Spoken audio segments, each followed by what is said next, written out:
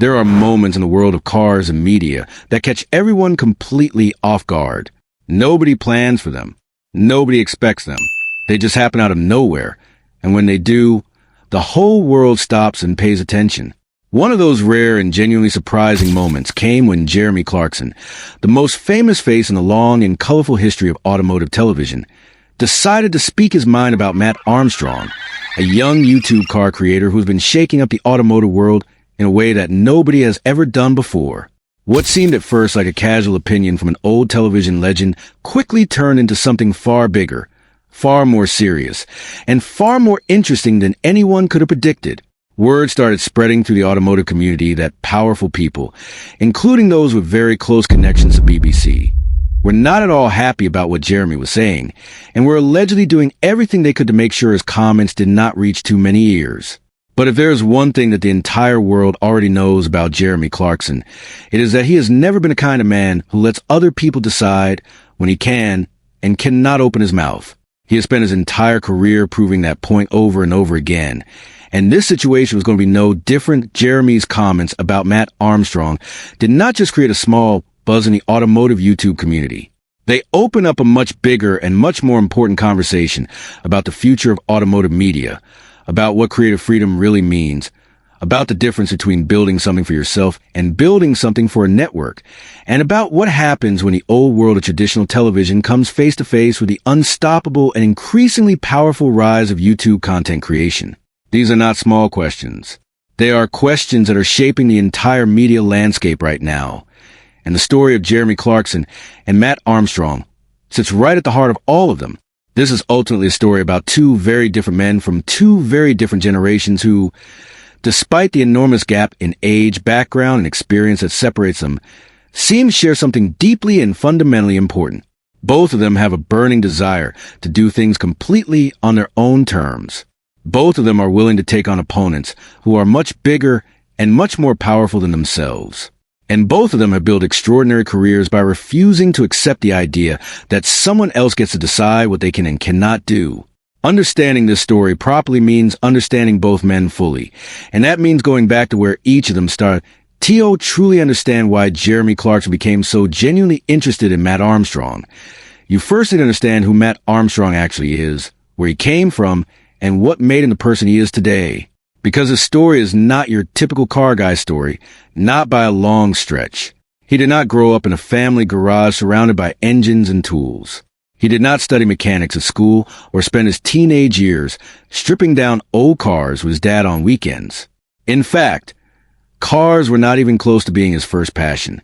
Before Mat Armstrong became one of the most talked about and most genuinely exciting figures in the entire automotive YouTube world, he was a BMX rider. And not just someone who rode around the park on weekends for fun. He was a serious, competitive BMX rider who took part in major events at the highest level, including the BMX World Championships. That single fact alone tells you a tremendous amount about who Mat Armstrong is as a person, because being a competitive BMX rider at that level is not something that the faint-hearted or the easily discouraged tend to do. That BMX riding at a competitive level is built entirely on risk. Every single trick, every single jump, every single move you attempt carries with it a very real possibility of serious injury. The athletes who compete at the top of that sport are people who have made a conscious decision to live with danger as a constant companion, to take the risk of getting badly hurt on every single run, and to keep going anyway because the love of what they do is stronger than the fear of what could happen. Mat Armstrong was exactly that kind of person. He loved the thrill of it. He loved the feeling of committing completely to a dangerous move and coming out the other side. He loved the narrow escapes and the adrenaline that comes with living at the edge of what your body can do. But as it often does in the lives of people who live that way, everything changed in a single moment. During the qualification round at the BMX World Championships in 2013, Mat attempted a stunt called the 720 tail whip, a very demanding and technically difficult move that requires perfect timing, perfect body positioning, and complete commitment. Something went wrong, and he dislocated his shoulder badly enough that his BMX career was thrown into serious doubt. That injury could have been the moment that broke him. Instead, it became the moment that redirected him. Rather than sitting around feeling sorry for himself or desperately trying to find a way back to the sport that defined his life, Mat used the injury as a sign. He started thinking seriously about what else he could do with his life. What other world he could step into that would give him that same feeling of taking on impossible challenges and coming out the other side. That world, as it turned out, was cars. He started his YouTube channel in a modest, unpretentious way, working on everyday cars rather than anything exotic. He picked up an Audi TT, then a Maserati Gran Turismo coupe, and he documented his restoration work on camera in a way that was refreshingly honest and completely unfiltered. He made mistakes. He ran into problems he had not anticipated. He figured things out in real time, on camera, in front of everyone watching. And people absolutely loved him for it, because there was nothing fake or polished about what he was doing. He was just a guy in a workshop, working hard on a car, sharing every step of the process with whoever wanted to watch. That honesty and authenticity attracted viewers in large numbers, and his channel began to grow. As his audience grew, his confidence grew, and so did his ambitions. Mat Armstrong had found his new extreme sport, and it turned out to be car restoration. The only question now was how high he was willing to AIM.by the time Mat Armstrong had built a genuinely serious following on YouTube. It was absolutely clear to anyone who was paying attention that he was something very different from the average car content creator. The automotive YouTube space already had a lot of talented people in it. There were plenty of creators who knew how to work on cars, plenty of people who could put together an entertaining video about a restoration project, and plenty of channels that car enthusiasts enjoyed watching. But Mat brought something to the space that was genuinely rare and genuinely powerful. He brought a combination of fearlessness, authenticity, and a clear personal philosophy that resonated deeply with his audience. He was not just making videos about fixing cars. He was making a point with every single project he took on, and that point was this. The automotive world does not belong exclusively to the manufacturers, the licensed dealerships, and the wealthy elite. It belongs to anyone with the skill, the determination, and the willingness to get their hands dirty. This idea sounds simple enough when you say it out loud, but in the context of the supercar and hypercar world, it is actually quite revolutionary. These are cars that are built by companies that exercise an extraordinary level of control over every aspect of how their vehicles are used, maintained, and repaired. Ferrari, Bugatti, Lamborghini, and their peers do not simply build cars and sell them. They build entire ecosystems of exclusivity around their products. They restrict who can work on their cars. They limit access to parts, technical information, and repair guidelines to a small number of approved and licensed professionals. They create a situation where owning one of these cars means you are permanently dependent on a manufacturer for any significant repair work, which keeps the cost of ownership enormous and ensures that the brand maintains its image of untouchable perfection. Mat Armstrong looked at this entire system and decided, very calmly and very deliberately, that he was not going to accept it. He believed that a car is a car, no matter how expensive it is or how exclusive its brand might be, and that any car could be fixed by someone with the right knowledge, the right tools, and the right attitude. He set out to prove this belief one project at a time, and as his projects got bigger and more ambitious, the automotive world took notice in a very serious way. Ferrari paid attention. Aston Martin paid attention. He was invited to exclusive events, worked alongside licensed engineers from prestigious brands, and gradually built a reputation that went far beyond YouTube. And while all of this was happening, a certain Jeremy Clarkson was watching from a distance and thinking very carefully about what he was seeing. Jeremy Clarkson is one of the most recognizable and most polarizing figures in the history of British media, and to understand why his interest in Mat Armstrong matters so much, you need to understand the extraordinary career he built before Mat Armstrong ever picked up a camera. Jeremy's journey into the automotive world was not a straight line either. As a young man, he tried his hand at different things before finding his way to the world of cars and journalism. He even sold Paddington Bears as a kid, which is not the most obvious starting point for someone who would go on to become the most influential automotive television host in the world. His break came when he landed a job as a motoring columnist for the Shropshire Star in the early 1980s. Writing about cars for a regional newspaper might not sound particularly glamorous, but Jeremy brought to it the same quality he would later bring to everything he did: an absolute refusal to be boring.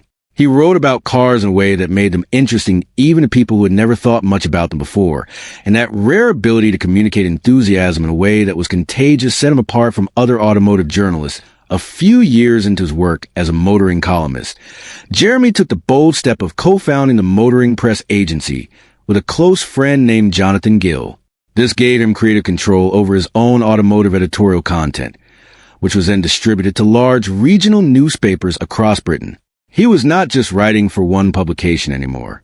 He was running an agency, making editorial decisions, and building a brand based on his own voice and his own opinions about cars. That experience of having full creative control over his own output would turn out to be extremely important later in his life, because it gave him a very clear sense of what it felt like to have his creative freedom and what it felt like to lose it. The moment that truly changed everything for Jeremy came on October 27, 1988. We joined the BBC as a host on their long-running automotive program, Top Gear. At that time, Top Gear was a perfectly decent television show about cars, but had not yet become the cultural institution it would later turn into. It needed something to lift it from decent to extraordinary, and that something turned out to be Jeremy Clarkson. The BBC's producers recognized that Jeremy had an almost magical ability to make any subject entertaining, and that selling a show about cars to a broad British audience was going to require exactly that quality. They were right. Jeremy transformed Top Gear into something that was about far more than cars.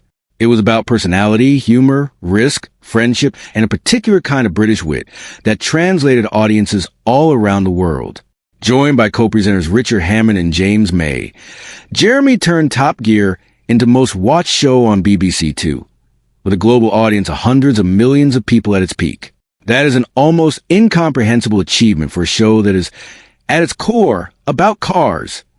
Achieving that level of success with Top Gear made Jeremy Clarkson one of the most valuable assets the BBC had, but it did not make his relationship with the corporation any easier or any more comfortable. The BBC is an institution with deeply ingrained ways of doing things, and Jeremy Clarkson is fundamentally not an institutional kind of person. The tension between these two facts was always present throughout his time at the BBC, sometimes simmering quietly in the background, and sometimes boiling over into open conflict. For most of his career, Jeremy managed to find ways to work within the BBC's framework while still maintaining enough of his own voice to keep the show fresh and exciting.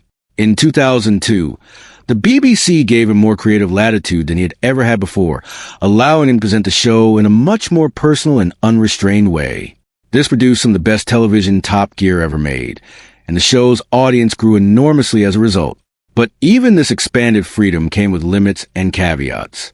Jeremy felt that every joke he made, every opinion he expressed, and every boundary he pushed was being watched and assessed by executives above him in the BBC hierarchy who had the power to pull back the reins at any moment. He described feeling like he was always being scrutinized in a way that the BBC would never do if they truly valued him. He said that if the BBC really thought his work was great, they would have put it in an email so they had a record of it, because then he could use that enthusiasm to negotiate for more freedom. The fact that they almost never did made him feel like he was constantly operating without a safety net of genuine institutional support. This slow-burning frustration eventually reached a tipping point. In 2015, his contract with the BBC came up for renewal, and Jeremy made the decision not to renew it. He walked away from the show that had made him a household name around the world. For fans, it was shocking.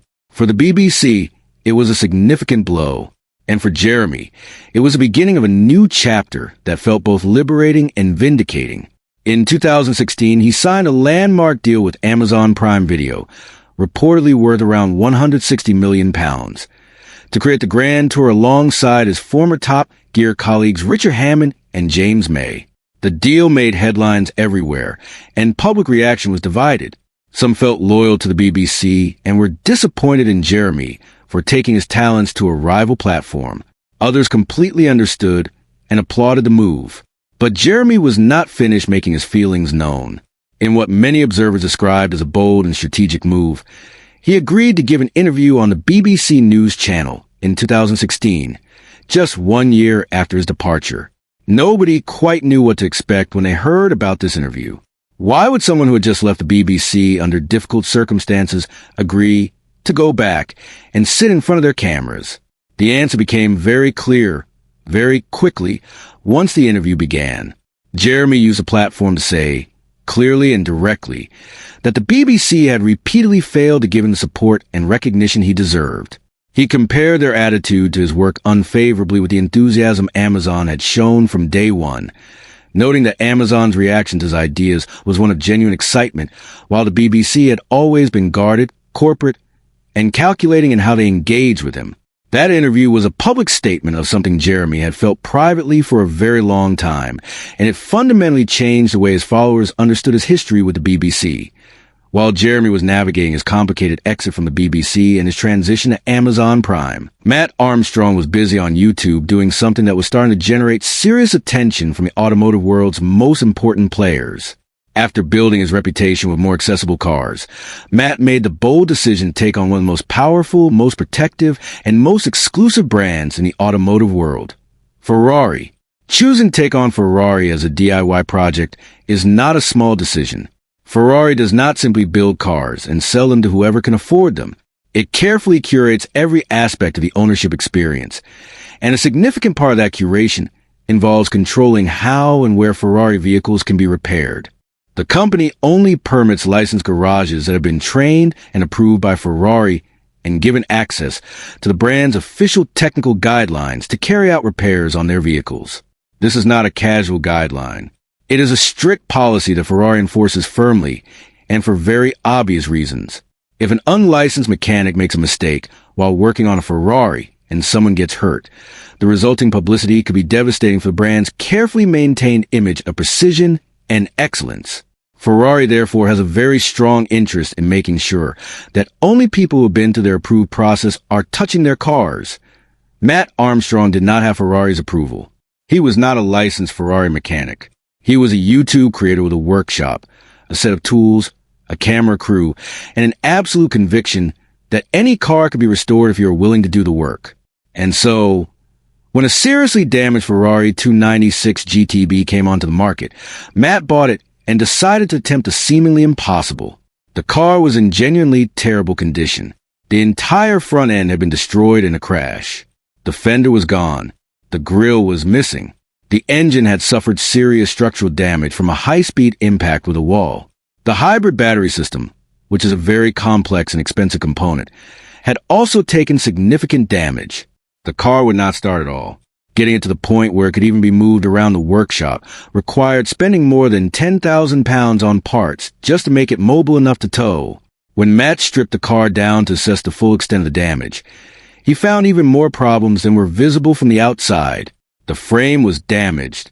The floor had structural issues. The wiring was torn in multiple places. The overall picture was, to put it plainly, quite grim, and yet Mat had millions of subscribers who were watching and waiting to see what he would do next, and he was not about to disappoint them. In one of the most creative moves of his entire YouTube career, Mat sourced a body from a Ferrari 296 Challenger, a different variant of the same car that is built specifically for racetracks rather than public roads. These two cars are quite distinct in their design and performance characteristics, but Mat was focused entirely on results rather than technical purity. He fitted the Challenger body parts onto the GTB, added a large rear wing to give the car a distinctive and aggressive look, and created something entirely unique in the process. The biggest problem remained, however, and that was getting the car to actually start and run. After months of trying everything he could think of on his own, Mat eventually made the call to Ferrari directly